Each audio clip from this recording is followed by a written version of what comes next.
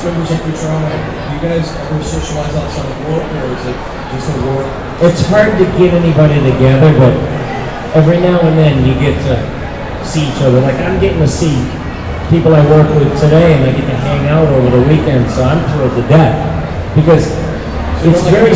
What's that? So you are like a family, sort of, even outside? You know what? It's like if I had to choose friends, you know, they say you can't choose your friends, really, or... these people are the kind of people I would have wanted as friends anyway. I know it's hard to believe that, but they're the greatest group. I mean, voiceover people are really, really great. Not so great in New York. There's too much competition, and there's so little work, so everybody's like trying to cheese somebody else out. Very competitive field. Yeah. Were you ever let into the writing process? Once you mastered your voices when you were doing Futurama, were you and your colleagues, ever allowed to sit in the room and brainstorm ideas with the writers and stuff like that? Was there a lot of collaboration of that sort? Well, you know what? We don't sit in the writing meetings, and one of the rules about being a voiceover actor is you've got to respect what they wrote. You have to have respect for the words. And then, after you give them what they like, they go, "You got any ideas?" And that's when you can go hog wild, you know. So at that point you could say, I want to take Fry in this direction, or Zoidberg in that direction. Well, I was screwing around one day, and I was doing a joke to John DiMaggio about I ate at this Chinese restaurant that had a sign on the door that said, "Sorry, we're open." And so one of the writers stuck that sign on the Planet Express building. "Sorry, we're open." And it could have been Bender that did it. It could have been me. Could have been Nibbler.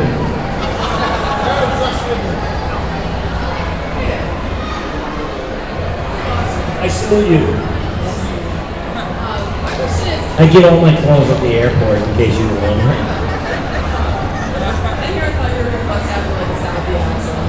A what? Southie accent. Oh, Southie? Oh my God.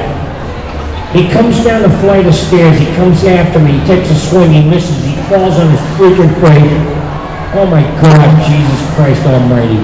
Oh, it was awful. It was bitching though. That's wicked pissing. That's a Boston thing. My question is, how much kind of free range they give you in creating a voice for a character? They show you pictures, they tell you what they would like, and they give you descriptions. Like every character comes with a Bible, what they call a Bible, which tells you what makes them angry or why they would be upset, or if they have patience or no patience. And you got to kind of take it into consideration when you're looking at a character. So that's how you build it. Yeah, but that's the fun part.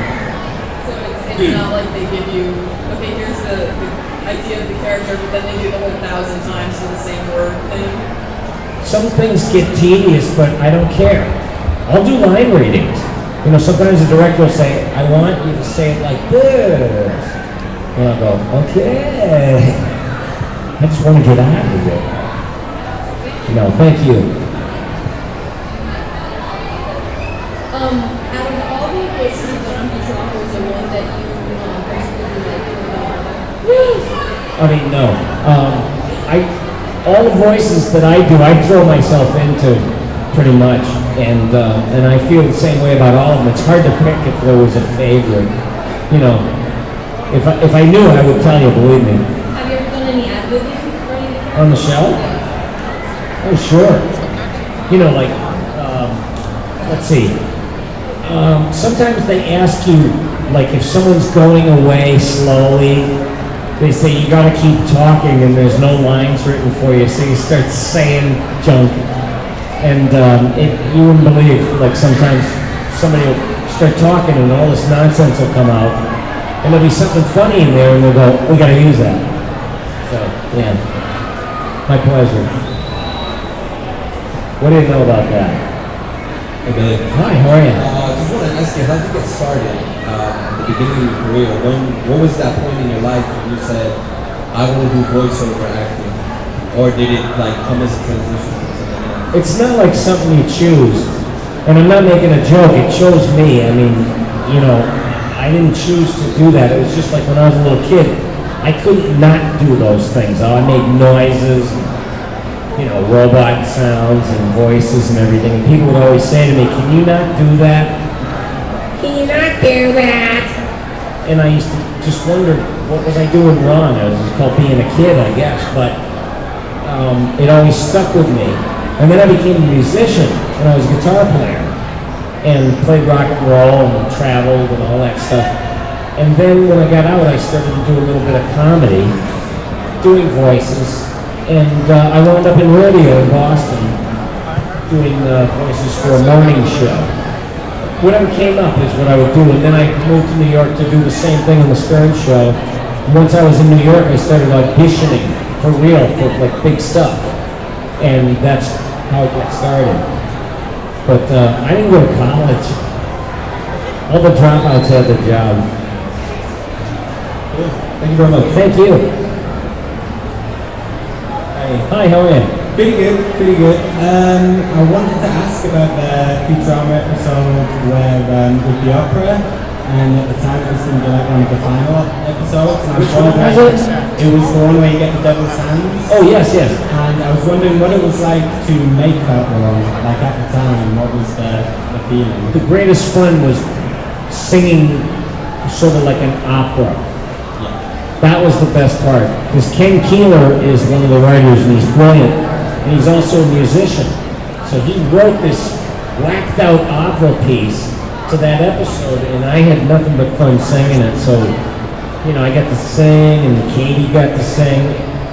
It was great. And then there was Dan Castellaneta, who played the robot devil. Yeah, he's fun.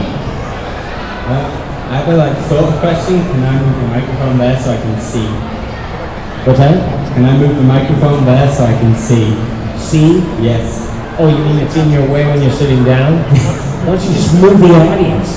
I would, I tried, but I mean, I know. Anyway, yeah, whatever you want to do is fine. Hey, what do you think you're doing? Taking liberties. Thank you. Hello. I was wondering, how much input do you guys actually have in the scripts for the episode? When you think about it, let me know. How many characters? Do you have any input in like the writing, like ideas? Not really. No, they're bursting with ideas. And when we started reading the new scripts, I said, this is funnier than like when we were doing it on television on a regular basis. This is funnier. I was like, people are going to go nuts over this. Because it just read funny. We're all dying for table read, you know. That's a good sign. But we don't really have input on writing or throwing in a show idea. They get it covered. Believe me. I don't want to insult them, you know. They're brilliant.